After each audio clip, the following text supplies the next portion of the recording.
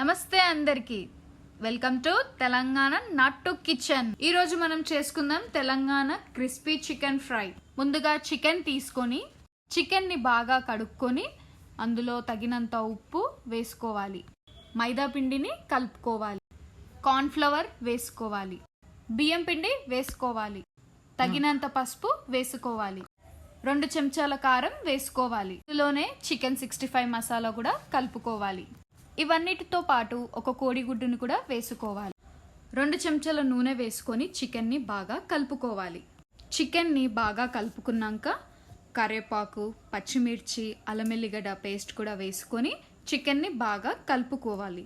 దాని తర్వాత 10 నిమిషాల పాటు చికెన్ని ఫ్రిడ్జ్లో పెట్టుకోవాలి. ఇంతలో మనం ఒక కడాయి తీసుకొని డీప్ ఫ్రైకి సరిపడేంత నూనెని వేసుకొని నూనెను గరం చేసుకోవాలి. నూనె గరం అయ్యాక ఫ్రిడ్జ్లో నుంచి చికెన్ తీసుకొని నూనెలో పకోడీలాగా వేసుకోవాలి. చికెన్ను బాగా వేయించుకోవాలి. బాగా వేగాక ఒక ప్లేట్లో తీసుకొని కొత్తిమీరతోని గార్నిష్ చేసుకొని తింటుంటే అదిరిపోతుంది. మరికొన్ని వీడియోలతో మీ ముందుంటాం. Thank you for watching. Please like, share and subscribe to my channel.